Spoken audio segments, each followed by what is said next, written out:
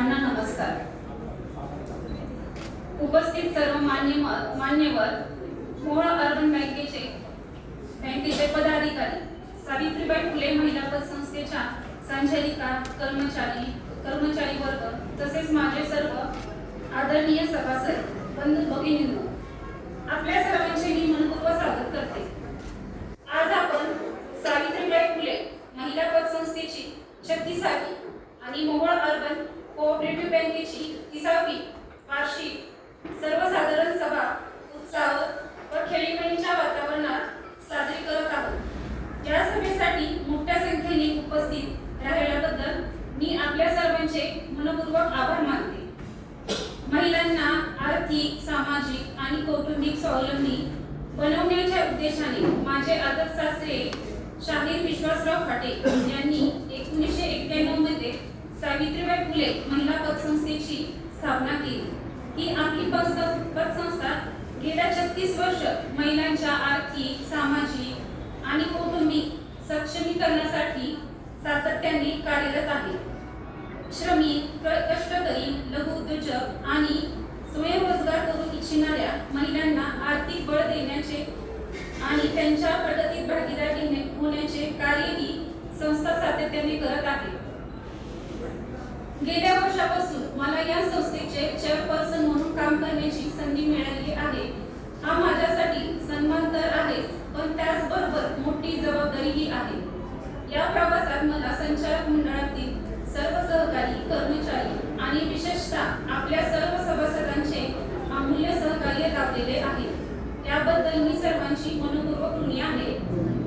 या संस्थेच्या प्रगतीमागे अर्बन बँकेचे संस्थापक व माझे सासरे श्री नंदकुमार विश्वासराव फाटे यांच्या दूरदृष्टीचे नेतृत्व आणि गेली अनेक वर्ष संस्थेला सक्षमपणे दिशा देणाऱ्या माझ्या सासूबाई, माजी चेअरपर्सन सौ संगीता नंदकुमार फाटे यांचे मोलाचे योगदान आहे।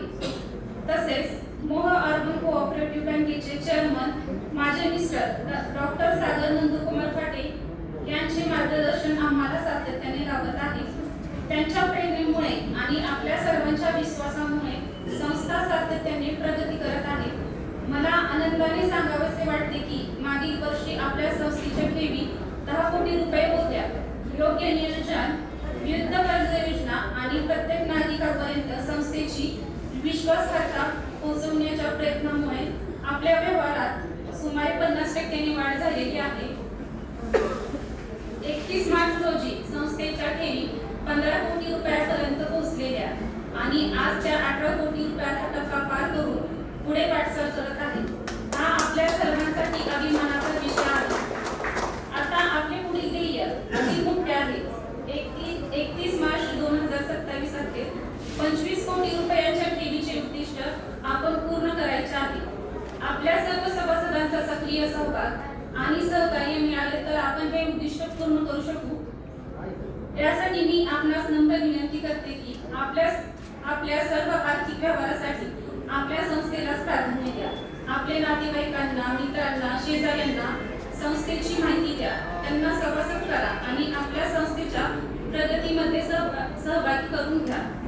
शेवटी आपण आपल्या संस्थेवर दाखवलेला विश्वास आणि आजच्या सभेला दिलेले उत्स्फूर्त प्रतिसाद याबद्दल मी पुन्हा एकदा सर्वांचे आभार व्यक्त करते।